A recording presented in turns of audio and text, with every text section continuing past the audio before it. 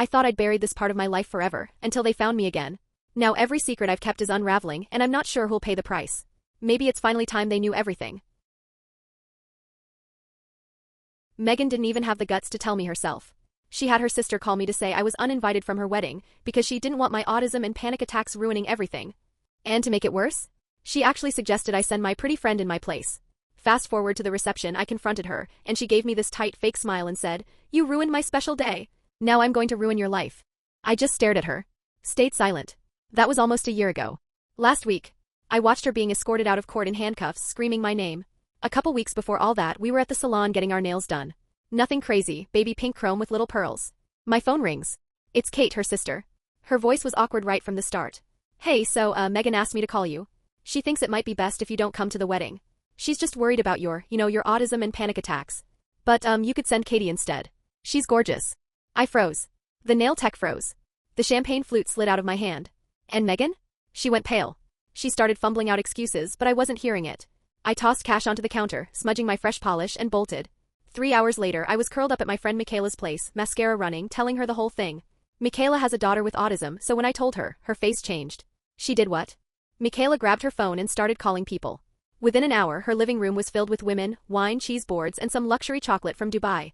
I'd barely met some of them before that night, but suddenly they were my ride-or-die crew. Sarah crossed her arms. "All right. Tell us everything." I laid it all out.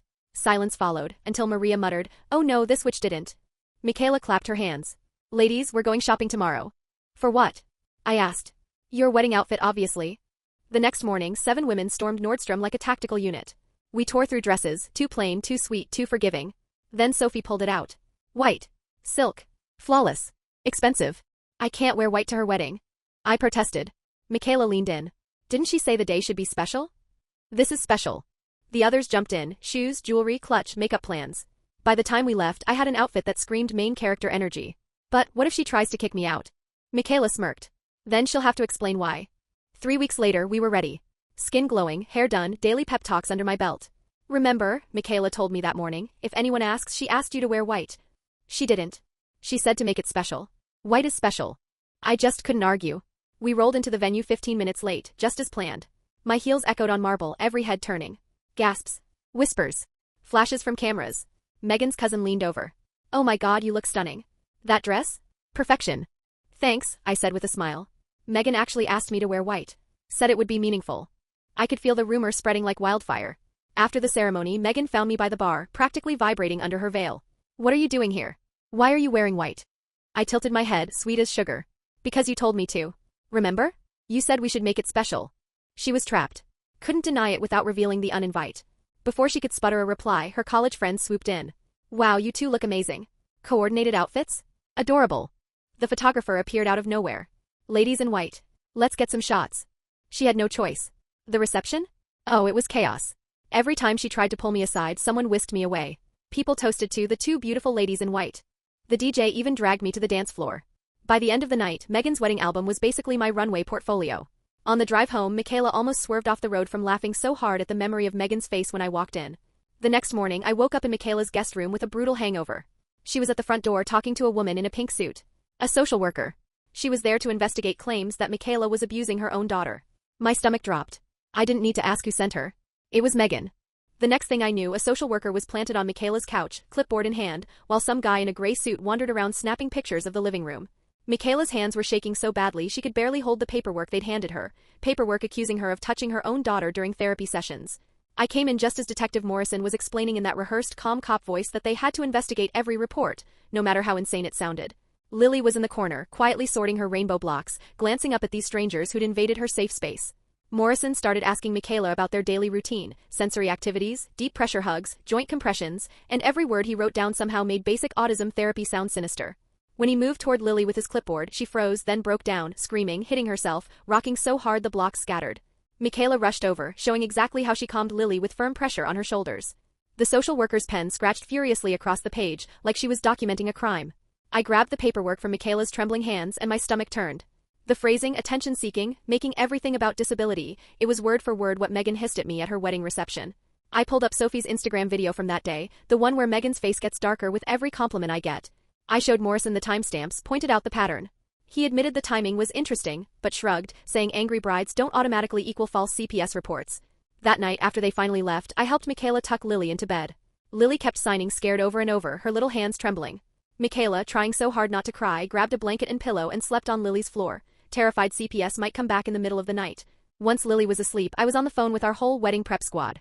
Sophie combed through her videos frame by frame until she caught Kate leaning in to whisper something to Megan, and you could read her lips, teach them both a lesson. Rebecca screenshot every single wedding photo where Megan looked murderous. Sarah stalked the venue photographer's Instagram and saved everything before Megan could have it deleted. 3 days later, Michaela sat across from a family lawyer who specialized in fighting fake CPS claims. He warned her it could take 2 months before the investigation wrapped. Her boss approved emergency leave, but gossip was already spreading at work. A week later, Morrison came back, this time with a child specialist. They sat with Lily and her communication device, asking about bad touches. Lily didn't even understand the questions. She's 8. She's autistic. She doesn't frame the world that way. When she started flapping her hands and vocalizing, like she always does when she's confused, the specialist jotted down that she appeared agitated when discussing abuse. I was furious. Hours later, deep into a Facebook rabbit hole, I found a Portland moms group where Megan had posted 2 days before the CPS call. She talked about a friend who uses her kid's disability for sympathy. I took screenshots before she could delete a word. Meanwhile, Rebecca came by with groceries and found Michaela baby-proofing an already safe home. Foam corners, extra locks, rearranging cabinets, anything to keep CPS from finding something wrong. Lily hadn't been to school in over a week. Without her routine, the meltdowns came every few hours, and Michaela was terrified each one would be used against her. Then Sophie called with a bombshell. Megan's cousin Ashley worked at Lily's therapy center. She had access to all of Lily's session notes and schedules. Suddenly, it made sense how the report had such disturbingly accurate details. I drove straight to that therapy center and waited in the parking lot. When Ashley stepped outside for lunch, I hit record on my phone and walked right up to her car. Her eyes went wide. She tried to roll up her window, but I spoke loud enough for the whole lot to hear. Did Megan pay you to dig through Lily's medical files? She stammered, denied, backpedaled until she slipped. Megan just wanted to make sure we learned our lesson about ruining her special day. Gotcha. I had it all on tape before she peeled out of the parking lot. My hands were shaking so badly I could barely drive to Sophie's. I played the recording for her 3 times while she typed every word, saved it to the cloud, and copied it to 5 different flash drives. We tried to call Morrison, but his voicemail said he'd be out on home visits until Monday. A week later, he turned up unannounced, right when Lily was in the middle of her worst meltdown in months. She was screaming, hitting herself, and Michaela had to wrap her arms around her in a deep pressure hold to stop her from slamming her head into the floor. Morrison stood there watching, jotting notes about physical contact and forceful restraint. Michaela tried explaining sensory regulation and nervous system calming, but he just frowned and snapped photos. That night I couldn't sleep. Around 2 a.m. I found myself parked outside Megan's house, just sitting there in the dark. My phone was in my hand, ready to unleash everything I wanted to say to her, but I knew that would only hurt Michaela's case. So I drove back, slept on her couch with my keys in my fist like I was guarding the place. The next morning, Morrison called. They'd reached out to Lily's father in Seattle, the man who hadn't spoken to her in 3 years, the man who'd signed away his rights. Now, suddenly, he was deeply concerned about her safety. And that's when it hit me. Megan once bragged about dating a tech guy from Seattle. My stomach sank.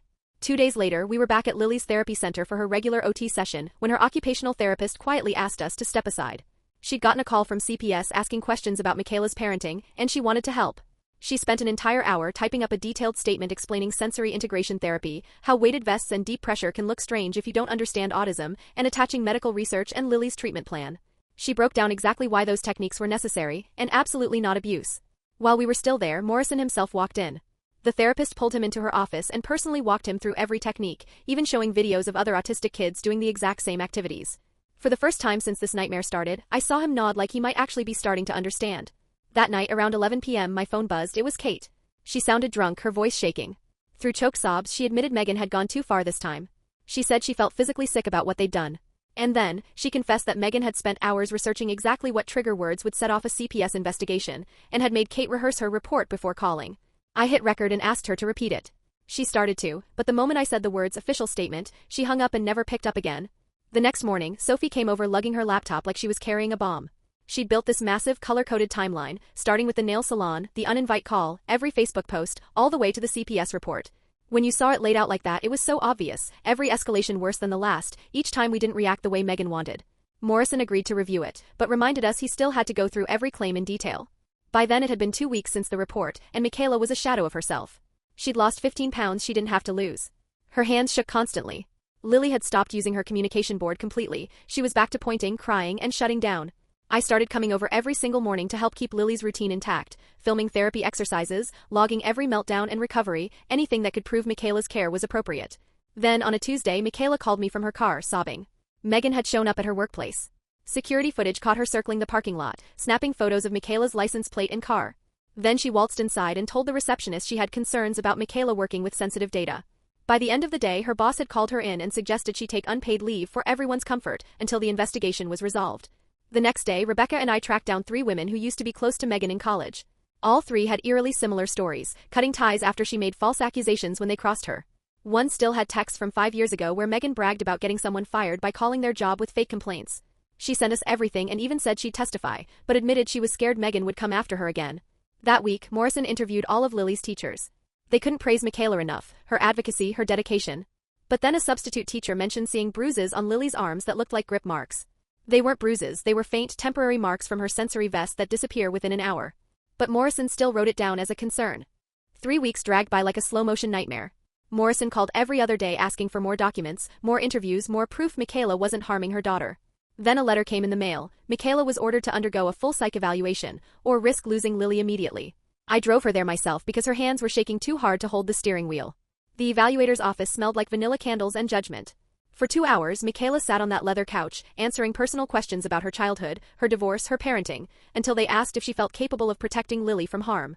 And that's when she broke, because how do you protect a child from something that doesn't even exist? Through her tears, she glanced down and saw emotional instability written upside down on the evaluator's clipboard. That night, Sophie called with a new angle. Her husband, a tech guy, wanted to help. 3 days later, he traced the anonymous CPS call to a burner phone bought with cash, at a convenience store just 2 blocks from Megan's gym. Same day, Megan had posted Instagram stories from her morning workout there. We needed the store's security footage, but the owner said corporate approval could take weeks. The next afternoon, I found Lily hiding in her closet, lining up stuffed animals in perfect rows. She was rocking, whispering numbers under her breath, probably counting to stay calm. I sat outside the closet for 3 hours without saying a word. She needed the quiet. Then my phone buzzed. Kate again. We need to meet. Now. We met in a Starbucks parking lot.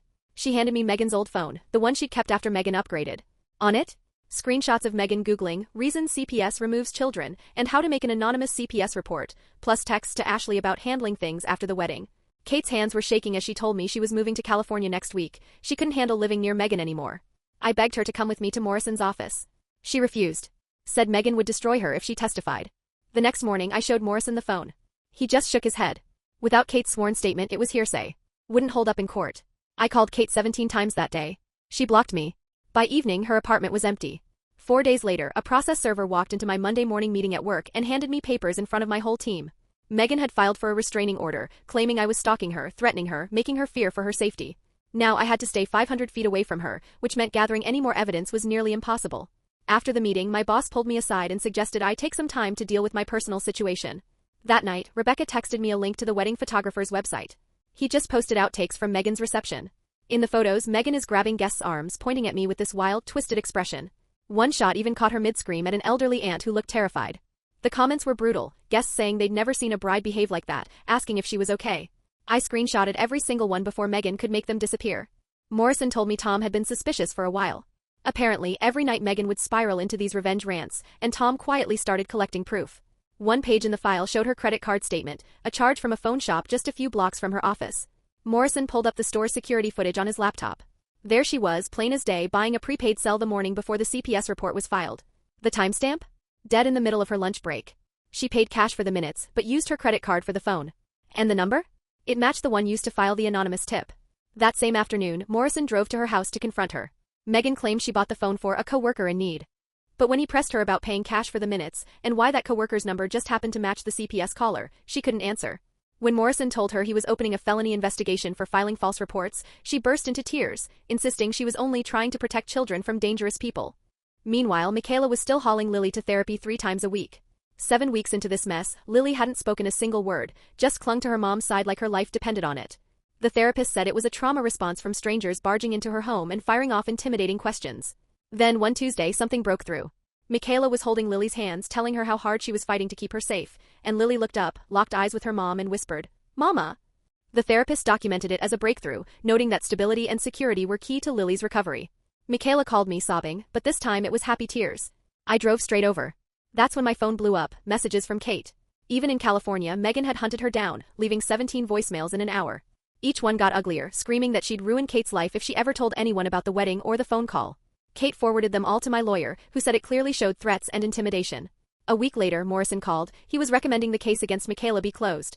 The evidence was clear. The report was false and malicious. But his supervisor wanted to review it personally, which meant another 2 weeks of waiting. While we waited, Tom made his move. He'd been quietly preparing his escape. The moment Megan left for work, he packed his things, grabbed every shred of evidence, the journal, printed emails, recorded calls, and vanished. When she came home to an empty house and divorce papers on the counter, she ran outside screaming at the neighbors about betrayal. They just shut their doors. 3 days later, we had the hearing for the restraining order Megan had slapped on me. My lawyer brought everything: the vandalism report, Tom's testimony about the false CPS call, Kate's voicemails. The judge asked Megan why she felt threatened. She jumped to her feet and started shouting about protecting children from dangerous people. Then she crossed a line, yelling that people with autism shouldn't be around kids. The bailiff had to escort her out as she screamed about how we'd pay for this. The judge tossed the restraining order, calling it retaliatory, and warned that any more false reports could land her in serious legal trouble. Sophie had been busy, too, collecting stories from people who knew Megan. Within a week, she'd gathered 17 written statements. Guests from the wedding, old friends, even family, all describing her bizarre, vindictive streak. 3 bridesmaids recounted similar stunts she'd pulled in college. Her cousin admitted Megan once tried to get a coworker fired with fake HR complaints. The pattern stretched back years. Sophie packaged it all neatly for my lawyer. Finally, 7 weeks in, Michaela was cleared to take Lily back to school. Lily wore her favorite purple dress, holding her mom's hand so tight her knuckles turned white. At the doors she froze, crying, but Michaela knelt down and promised she'd be there at pickup. An hour later, her teacher called. Lily was doing art with her friends. Back in her rhythm. 8 weeks after that first report, I decided it was time to face Megan. No restraining order now. I waited outside her office until she came out for lunch, started recording, and walked straight toward her. She spotted me, went red, and began edging toward her car. I asked why she'd done all this over a wedding. Her answer? A smirk. Then she said she'd keep filing new accusations every week with every agency she could think of, until Michaela lost her kid and I lost everything. She told me she'd never stop. That's when I looked up and saw it. A security camera pointed right at us. Inside, the building guard was already watching the feed. 2 minutes later, Morrison pulled into the lot with another officer. They watched the footage right there on the guard's phone. Megan's face went pale. Morrison told her not to leave town and took the video as evidence. Back at Michaela's, we installed 3 new cameras that same day. She couldn't stop glancing at the windows. The next morning, Morrison called. His boss had reviewed everything: the journal, Tom's files, the threats, the camera footage, and they were opening a full-blown criminal case against Megan. Not long after, Michaela started noticing a blue sedan tailing her on the way to Lily's therapy appointments. Different days, different streets, but always there. She snapped photos of the plates, switched her routes every morning, and installed a dashcam and door sensors. She even kept Lily home from school for a week, just in case. 2 months into this nightmare, Kate finally flew back from California, where she'd been hiding out from Megan's chaos. She sat in Morrison's office for 4 hours, laying it all out: how Megan had walked her through exactly what to say on that CPS call, how she'd made her practice it 5 times so it sounded believable. She even had texts going back 3 years showing Megan pulling similar stunts on other people. Kate said Megan had promised her an all-expenses-paid vacation if she did it right. Morrison's team started digging, and found 7 other false CPS reports Megan had filed on co-workers and neighbors over the years. Meanwhile, guests from the wedding, the same ones who saw me in that white dress, started calling Megan's job, telling HR she discriminated against a disabled guest at her own wedding. 14 complaints in 1 week. 3 from clients. Her company put her on leave while they investigated, and in the process IT found emails on her work computer detailing plans to get me fired from my job too. Morrison came to Michaela's house one last time to tell us, officially, our case was closed. He even apologized for what we'd been put through. And then, something that broke me, Lily walked right up to him and hugged him. She hadn't touched anyone outside of us since this started. 3 days later, police knocked on Megan's door with an arrest warrant, false reporting, and criminal harassment.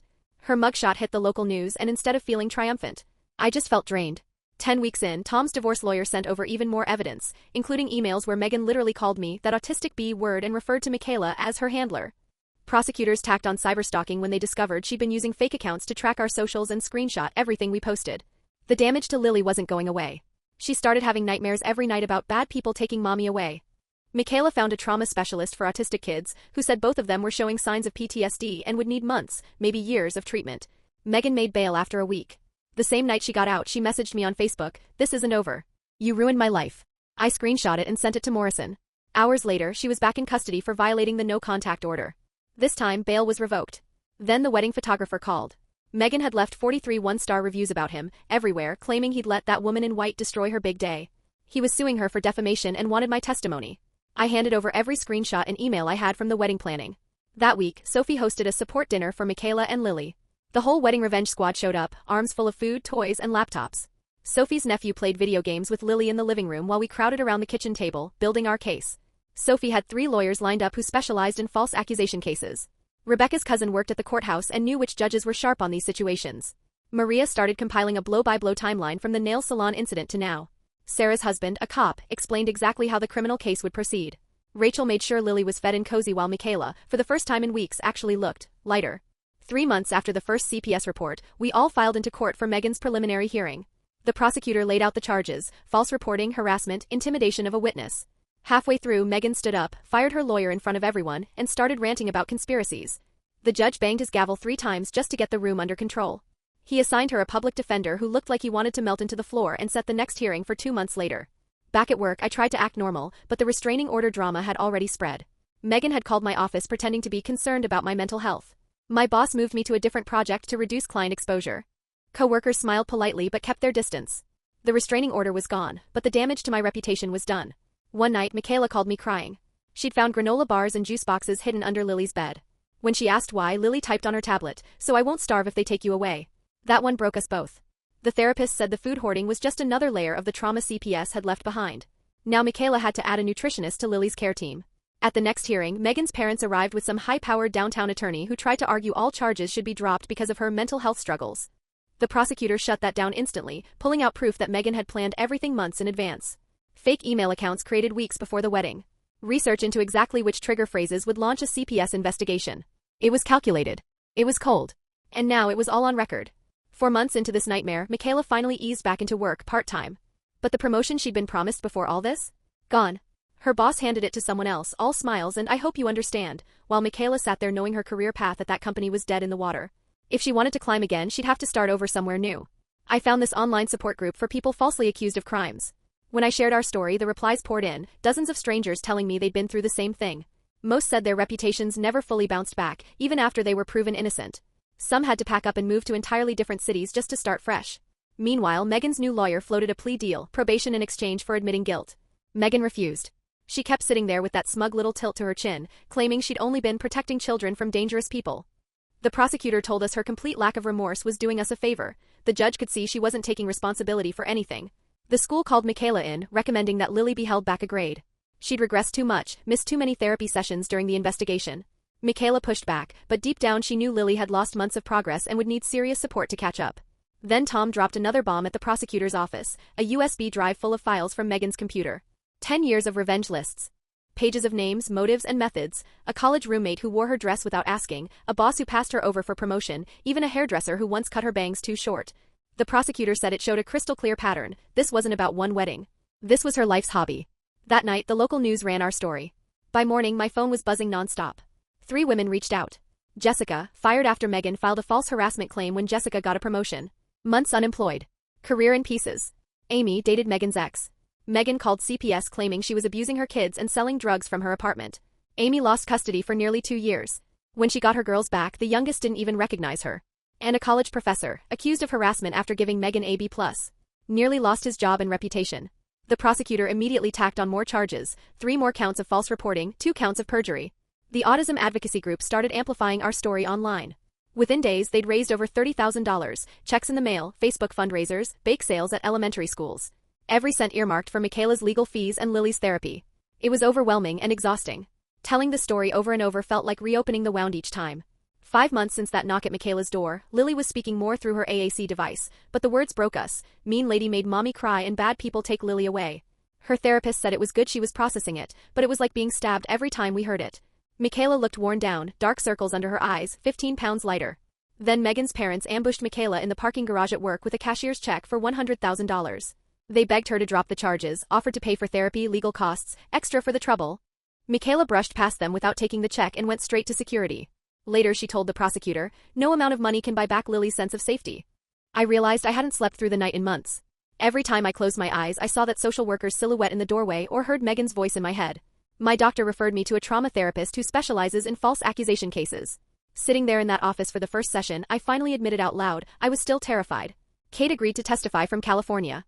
During her video deposition, she broke down, admitting Megan had manipulated her for years, even threatening to harm herself if Kate didn't do what she wanted. The guilt over almost costing a child her mother was eating her alive. She'd cut off her family and started therapy too. 6 months after it all began, we were in court for the trial. The prosecutor laid out every piece of evidence, the journal, the recordings, the testimony from 17 witnesses. He stacked it into 147 exhibits, texts, emails, screenshots, posts. Megan sat there in a conservative suit, trying to play the innocent victim, while her lawyer argued, not guilty by reason of mental disease. Then Detective Morrison took the stand. He didn't sugarcoat a thing. He told the jury that false reports don't just waste time, they leave real children unprotected. Over 200 hours of his team's resources had been poured into Megan's lies while actual abuse cases sat waiting. Then he looked right at the jurors and said, every hour spent chasing a false claim is an hour a real child could be suffering without help. You could have heard a pin drop in that courtroom. When Michaela took the stand, she had to stop 3 separate times just to collect herself.